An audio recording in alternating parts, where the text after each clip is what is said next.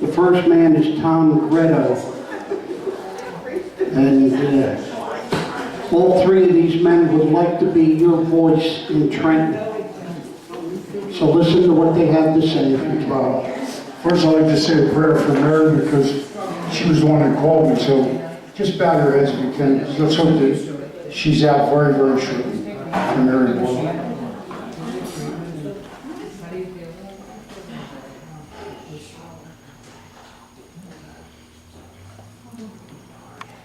I just want to thank everybody for being here. Thanks, Bob. Thank you, Ed Boyle, Mary Ball. Joe Will referred me to come here. I don't want to take too much time, just about 2 minutes to say that, you know, I said earlier, one of the beautiful ladies over here, I think it was Lil and someone else, that we're not here for us. We're here for our children, grandchildren. Let's face it, 21,000 have moved out of New Jersey. We are in hard times. You know, we all have children and grandchildren. They're looking for jobs, they can't find them. It's not their fault. A lot of them are college graduates. This is probably one of the smartest generations ever. It's not the greatest generation, but it's one of the smartest. You know, I always tell my children, and I have children 8 and 10. I just turned 65 New Year's Eve. So, yes, and a beautiful wife. Beautiful wife. She knows her, yes. And I'll tell you, I also raised 4 stepchildren for the last 12 years. So I know what it's like. It's hard. And these kids are having a hard time. So, and I just want to say this. We have to cut the deficit. We've got to cut taxes. Not the seniors. You guys work for everything you ever worked for. You deserve it. You know, again, this is not a Fed thing. This is a state seat. But I'll say this. I'm for the seniors. I'm for Medicare. Social Security, don't touch it. Between 18 and 50, maybe you can touch it. But you do not touch the seniors, anything. We've earned it. We deserve it. And I want to say another thing. People that ever stay at a motel, maybe some of your family, I don't know if you know this, the tax in a motel is 14% in this state. It's ridiculous. So we have to do something. And you know, nothing against Van Drew. I never badmouth my future opponent. But I'll say this. He's a chameleon. Yesterday he was at Congress Hall talking about the Reggie bill. Before he was against it. Now he's for it. Then he's in the middle. I mean, which is it? We know the election's coming. But you know, let's talk like it is. We're conservative. Okay, we were approved by the Tea Party. Vetted and approved. Not endorsed. Vetted and approved. I was approved April 15th. So we do everything according to the U.S. Constitution and the New Jersey Constitution. Now I know to a lot of people that might be old-fashioned, but guess what? That's what our founding fathers wanted. And I think that's why we're in this mess today. And I'm going to end it. If I get to Trenton, I'll be a megaphone. I have a big mouth. I'll cut taxes. I'll do anything I can. I will not hurt the seniors. Okay? That's all I'm going to say. God bless you. Thank you for having me. Thank you, Tom. Our next speaker will be Paul. Hi, my name's Paul Halley. I'm running for Assembly. And we're looking for your vote, especially on June 7th. We'd like for you to circle that date on your calendar, because that is the Republican primary. So be sure to encourage all your Republican friends to get out and vote. And they still have a few days to register. You can just go down to the election office and you can register to vote. May 15th, I believe. All right, well, we are very concerned about the skyrocketing debt that is piling on top of us. A debt that is so huge, it's unimaginable. In New Jersey, we have a budget of $29 billion, which is at least, I believe, 3 times as big as it needs to be, and a $90 billion debt sitting on us, and unfunded liabilities that are coming toward us that we're just not going to be able to pay.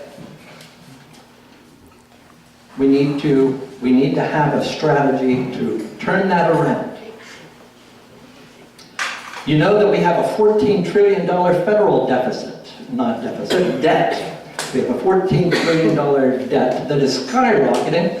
If you look at the clock, it's $100,000 every few seconds, going up higher and higher. It has a momentum that doesn't seem to be able to be stopped. We have to have people with guts. We have to have people who understand economics. That's one of my things that I've studied, who understand what is causing this and how to turn it back around. I want you to imagine what can happen with a $14 trillion debt that is now larger than the gross domestic product of the United States per year. We have a debt that is impossible to pay, except by a miracle. The miracle would be a sudden change in people's hearts. That would be a miracle of God to do that.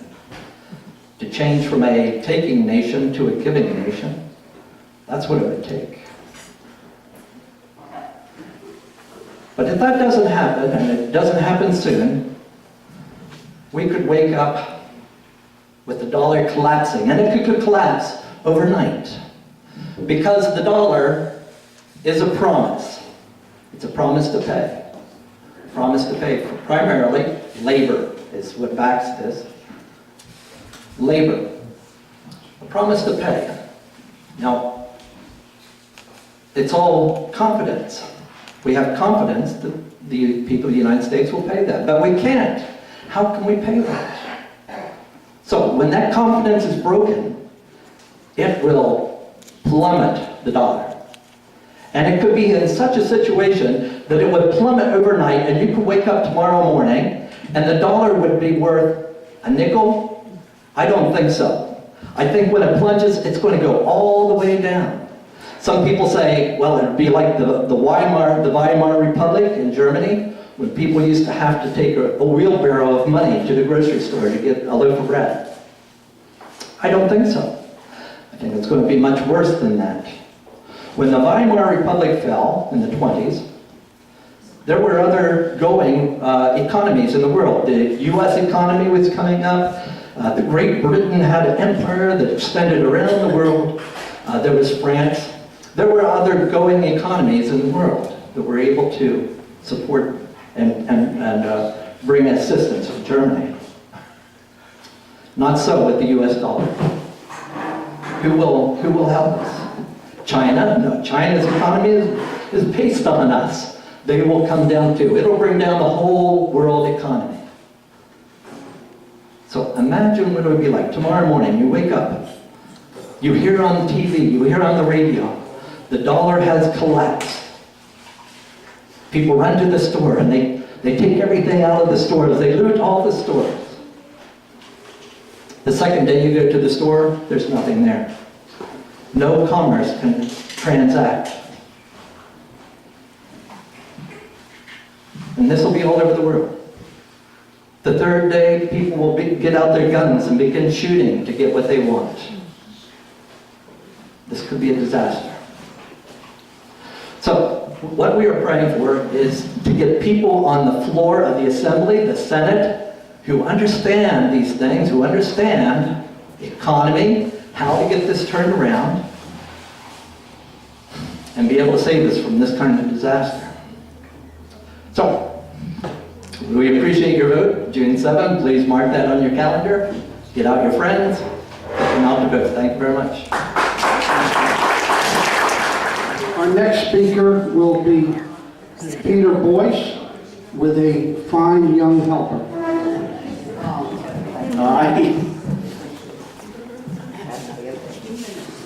I wanted to introduce you to Luke. He's my foster son, but I love him like he's my own son. And he's ours for the duration. The reason I brought him up is it's not a campaign pitch. Maybe a little bit, but mainly it's not a campaign pitch.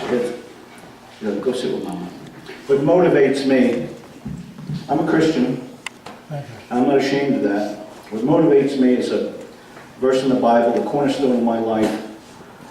And that's where The disciples were arguing amongst themselves which of them is going to be the greatest when they get to the kingdom of heaven. And Jesus has a little child stand in the midst of them and explains that unless their heart is changed, unless they become like a child in their heart, they won't even get into heaven.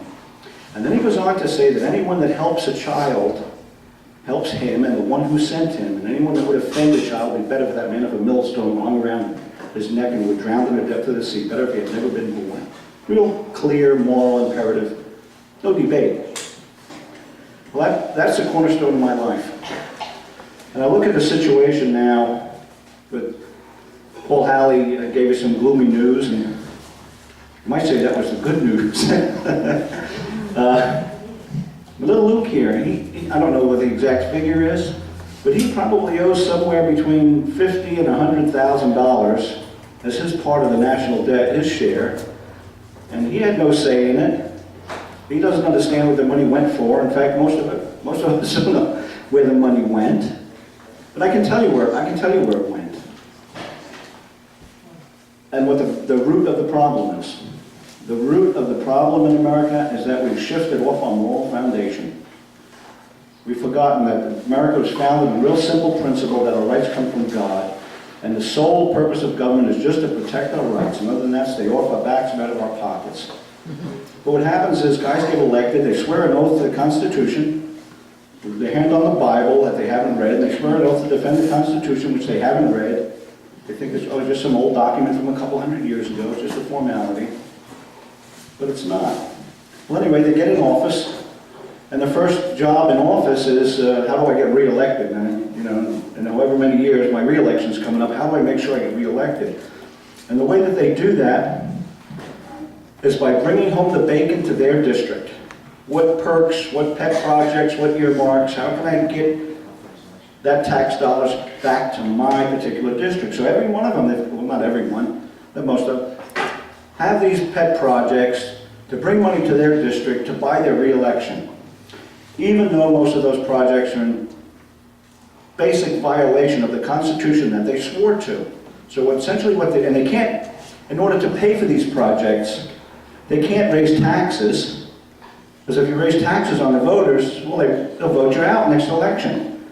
So they have to borrow the money. And they're borrowing the money on his generation. They're essentially pledging his future labor as collateral for the debt in order to buy their reelection. And it's shameful and it's criminal when it comes down to it. I teach Constitution courses, so it's just I have a love of the Constitution, the principles that America's founded on, and we need to get back to those principles. So what it takes is people in government, whether it's in the State House, or whether it's in Congress, or whether it's even in a local office, the people that are elected have to understand what those basic principles are. They have to have a commitment to those principles. They have to realize that one day they're going to have to stand before God and give an account of themselves, not before some party boss, whether it's the Democrats or the Republicans, not before the media. They're going to have to stand before God and give an account of themselves. So they're the kind of men you have to elect. That one, understand the principles, and two, have the backbone to stand up for those principles, even if it costs them the next election. You have to do it for the sake of little guys like Luke, and that's why we're running. So if I'm elected to the state legislature, like I say, I'll hit the assembly floor running right away, sign on to bills. How much time do I have left? A couple of minutes. I'll sign on to bills that have been introduced to deal with the problems of illegal immigration in New Jersey. There's already Assemblywoman Allison McCose has introduced a series of bills dealing with it. Illegal immigration into New Jersey costs the New Jersey taxpayers $2.1 billion annually for social services, for education, for incarceration, not to mention the heartache of the crime. And we have it easy in New Jersey. In Los Angeles County, California, 95% of the outstanding murder warrants are for illegal aliens. 86 hospitals have had to close in California because of the burden of illegal aliens using the medical services and then not paying for them. The issues have to be addressed.